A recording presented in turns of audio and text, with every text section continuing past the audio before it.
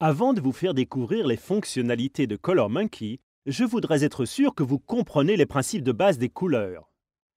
Nous voyons parce que nos yeux reçoivent la lumière environnante. Notre cerveau interprète cette énergie lumineuse et crée une image. L'œil humain perçoit trois couleurs primaires de la lumière, le rouge, le vert et le bleu. En combinant ces trois couleurs selon différentes proportions, il est possible de créer toutes les autres couleurs. En mélangeant le rouge et le vert, on obtient du jaune. En mélangeant le vert et le bleu, on obtient du cyan. Le mélange du rouge et du bleu donne du magenta. Cyan, magenta et jaune, appelé aussi CMJ.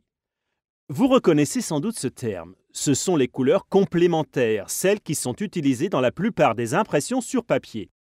Mélangez du cyan, du magenta et du jaune en proportions égales pour obtenir du noir ou quelque chose qui s'en rapproche. C'est le N dans l'impression CMJN.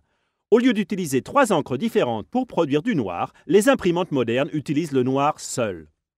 Vous pouvez reproduire le rouge, le vert, le bleu ou RVB en mélangeant le cyan, le magenta et le jaune. Le magenta et le jaune donnent du rouge, le cyan et le jaune donnent du vert et le cyan et le magenta donnent du bleu.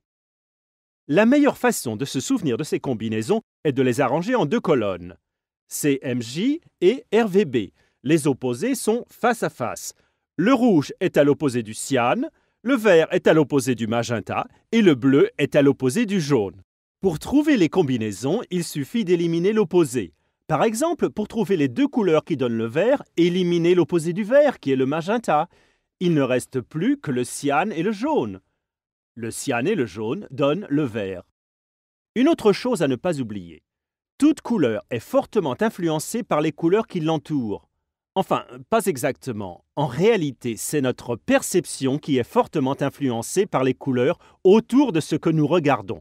Je vais vous le prouver. Vous connaissez sans doute cette charte. C'est un color checker de X-Rite qui a été légèrement modifié. Regardez ces deux carrés.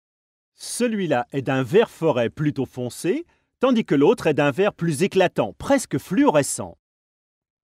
Regardez ce qui se passe quand j'isole les deux verts en masquant les couleurs environnantes. Les deux verts sont identiques.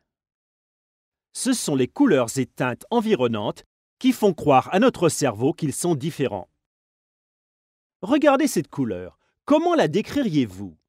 Certains vont voir un rouge ou rouge brique, d'autres une couleur terre brûlée ou même un marron. Nous voyons tous la même couleur, mais nous la décrivons différemment. Avec les appareils numériques, c'est la même chose. La couleur dépend de l'appareil, c'est-à-dire que différents appareils montreront les couleurs différemment. Si je scanne cette couleur, mon scanner va la décrire avec cette série de valeurs.